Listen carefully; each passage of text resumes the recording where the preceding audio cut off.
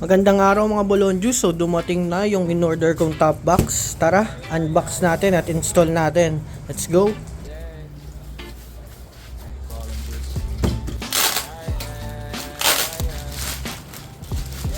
Yan, so ito yung napili ko. All black siya. Yan. Ganda siya kasi pati yung ganto niya black. Tapos scratch proof na rin daw to, sabi nila. Metal na rin yung base plate niya. Yan, check naman natin yung loob niya. Yan, so meron na rin siyang leather dito. May strap. May kasama ng mga bolts and nuts, instructions, dalawang susi, sticker. Naman siya sa likod. Yun lang, wala siyang backrest pero pwede naman bumili nun. So, ito sa side.